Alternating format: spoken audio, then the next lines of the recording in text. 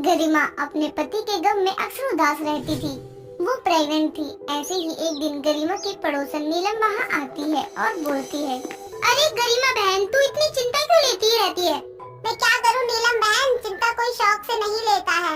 हाँ, मैं समझ सकती हूँ, लेकिन तू तो जानती है कि प्रेगनेंसी में चिंता नहीं करते और प्रेगनेंसी में चिंता चिता के समान होती है। हाँ, लेकिन कुछ भी समझ नहीं आता है। इनके जाने के बाद तो मानो मेरा सब कुछ बर्बाद हो चुका है। अरे बहन, तू तो इतने अच्छे समोसे बनाती है कि तू खुद का काम क्यों नहीं खोल लेती? लेकिन मैं इस हालत में कैसे बना सकती हूँ समोसे? देख गरिमा बहन, मेरा काम था तुझे बताना। अब तेरी मर्जी है कि तुझे क्या करना है। बाकी तुझे कभी भी मेरी हेल्प की जरूरत हो तो बेझिझक बोल देना। चल अब मैं चलती हूँ।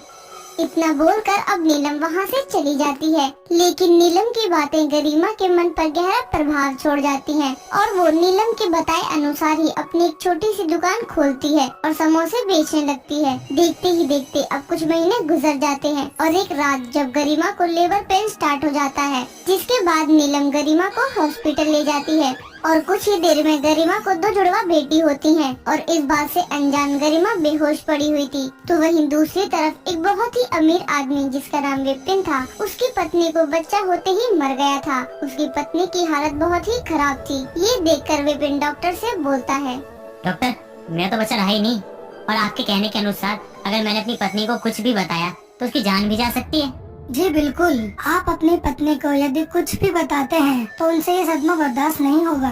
तो मुझे इसके लिए क्या करना होगा? पहली चीज, आपको अपनी पत्नी से सच छुपाना होगा और अगर आप कोई बच्चा अरेंज कर सकते हैं तो उनके हाथ में एक बच्चा थमा दो, क्योंकि उनको अभी आपसे ज्यादा बच्चे की जरूरत है। लेकिन मैं बच्चा कहाँ से लाऊं? एक तरफ तो डॉक्टर और विपिन बात कर रहे होते हैं तो वहीं दूसरी तरफ नीलम उनकी बातें सुनते हुए विपिन के पास आती है और कहती है, मैंने सुना है कि आपको एक बच्चे की जरूरत है। अगर मैं आपकी मदद कर दूं तो क्या आप मेरी मदद लेना चाहेंगे? क्या तुम मेरी मदद करोगी? तुम मुझे बच्चा ला कर दोगी? हाँ बिल्कुल। लेकिन तुम मुझे नहीं जानती और मैं तुम्हें नहीं जानता, फिर तुम मेरी मदद क्यों करना चाहती हो? नीलम अब बेचारी गरिमा की सारी परेशानियाँ उनको बता देती है। ये सब जानने के बाद विपिन बोलता है, आप चिंता मत कीजिए, आपको कभी ये बात सुनने को नहीं मिलेगा कि आपकी दोस्त की बच्ची को कभी कोई तकलीफ हुई है। मैं भी यही आशा करती हूँ। इतना कहकर अब विपिन को नीलम गरिमा के जुड़वा बेटी में से एक बेटी दे देती है, जिसके बाद विपिन और नीलम अपने अपने रास्ते अलग हो जाते हैं। कुछ ही दिनों बाद गरिमा अपनी बेटी का नाम किरण और विपिन अपनी बेटी का नाम श्रेया रखता है और अब ऐसे ही समय बीतने लगता है और देखते ही देखते दोनों बच्चे बड़े हो जाते हैं। गरिमा की दुकान बंद हो जाती है और अपनी बेटी की चिंता में परेशान रहने लगती है। अपनी माँ को परेशान देखकर किरण बोलती है, माँ, तुम इतनी चिंता में क्यों रहती हो? बेटा, मुझे तेरी फिक्र रहती है क्योंकि तेरे पापा तो बहुत पहले ही हमें छोड़कर चले गए और अब हम इतने गरीब हैं कि मैं तुझे सही से कुछ भी नहीं दे पा रही हूँ। माँ, मुझे कुछ नहीं चाहिए। अभी आपने ही कहा ना कि हमारे पास कोई भी नहीं है, तो माँ आप खुद सोचिए ना, अगर आपको कुछ हुआ तो मेरा क्या होगा? मेरे पास तो आपके अलावा कोई भी नहीं है। हाँ मेरी बच्ची, तू चिंता मत कर, मुझे कुछ नहीं होगा। अपनी माँ की ये बातें सुनकर किरण अपनी माँ को गले लगा लेती है। तभी वहाँ पर नीलम आ जाती है और दोनों माँ बेटी का ऐसा प्यार देखकर अपने मन में बोलती है, वाह रे किस्मत, गरिमा की दोनों बेटियाँ अलग अलग जगह हैं। एक जगह तो श्रेया है, अपनी जिंदगी बिना किसी रुकावट के ऐशो आराम के साथ जी रही है, तो यहाँ पर बेचारी किरण अपनी माँ के साथ इस गरीबी में जी रही है। नीलम इनकी तरफ देख अपने ख्यालों में खोई हुई थी कि तभी किरण नीलम को बोलती है, अरे काकी, तुम वहाँ क्या कर रही थी? देखने से तो लग रहा है कि तुम किसी के ख्यालों में खोई हुई हो। आखिर कौन है वो? अरे बेटा, मैं तो यहाँ पे तुम्हें खुशखबरी देने आई थी, लेकिन तुम दोनों माँ बेटी का प्यार देखने लगी। अच्छा जी, आखिर इस उम्र में कौन सी गुड न्यूज लेकर आई हो तुम? वो खुशखबरी है, तेरा एडमिशन हो गया है, वो भी सबसे बड़े कॉलेज में। सच में? अरे ये तो बहुत अच्छी खबर सुनाई है आपने। इतना कहकर किरण झूमती हुई वहाँ से चली जाती है और अब वो अपने कॉलेज जाने की तैयारी करने लगती है और अगले दिन कॉलेज जाती है, जहाँ उसको अपनी क्लास में हूबहू अपने जैसी ही लड़की दिखाई देती है। उसको देख किरण को एक झटका सा लगता है और वो उसके सामने खड़ी हो जाती है। श्रेया खुद के जैसे किरण को देखकर हैरान होते हुए बोलती है, अरे तुम हूबहू मेरी जैसी दिखती हो।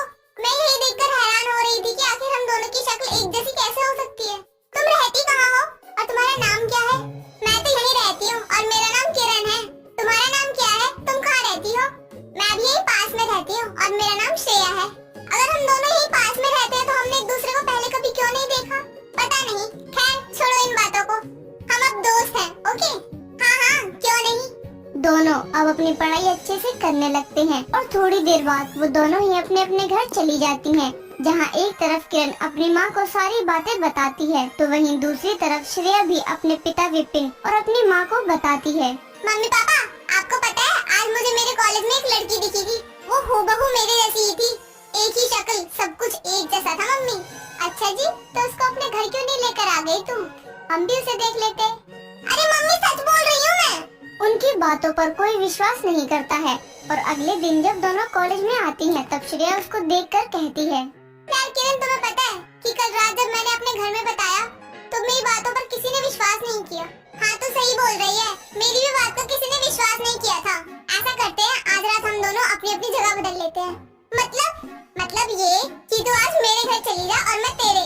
फिर उसके बाद हमारे पेरेंट्स को हमारी बात माननी पड़ेगी। वेल, आइडिया बुरा नहीं है। इतना कहकर दोनों अपनी जगह चेंज कर लेते हैं और फिर क्या था, श्रेया किरण के घर पहुंच जाती है, किरण श्रेया के घर पहुंच जाती है।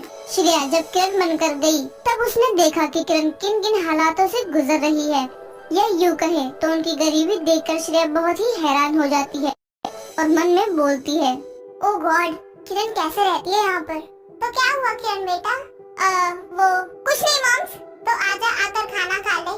Yes moms. बेटा किरण, तू बहुत ही अलग बर्ताव कर रही है। हाँ, क्योंकि मैं आपकी बेटी नहीं हूँ। कैसी बहकी बहकी बातें कर रही है तू? गरिमा और श्रेया आपस में बात ही कर रहे थे कि तभी वहाँ पर नीलम आ जाती है और बोलती है, क्या हुआ किरण, क्यों ऐसे अपनी माँ से झगड़ रही हो? यार आंटी, अब आप कौन हो? खैर जो भी हो, इनको समझाओ कि मैं इनकी बेटी नहीं हूँ। देख लिया क्या हुआ है? नीलम अब सब कुछ समझ जाती है। एक तरफ तो श्रेया सबको समझा रही थी तो वहीं दूसरी तरफ यही हाल था किरण का भी। किरण श्रेया की माँ रिंकी से बोलती है, अगर आपको मेरी बातों पर ट्रस्ट नहीं है तो आप मेरे साथ चलिए। किरण की बात सुनकर रिंकी किरण के साथ उसके घर जाती है, जहाँ गरिमा रिंकी उन दोनों को देखकर हैरान हो जाती है। तभी नीलम विपिन को फोन करके बुलाती है और जब विपिन आता है तब विपिन और नीलम अब सभी को सारी सच्चाई बताने लगते हैं। सारा सच जानने के बाद गरिमा बोलती है, नीलम, तूने ऐसा क्यों किया? क्योंकि गरिमा तेरी हालत बहुत ज्यादा खराब थी और देख, मेरा ऐसा करने की वजह से एक औरत को बच्ची मिल गई और उसकी जान भी बच गई।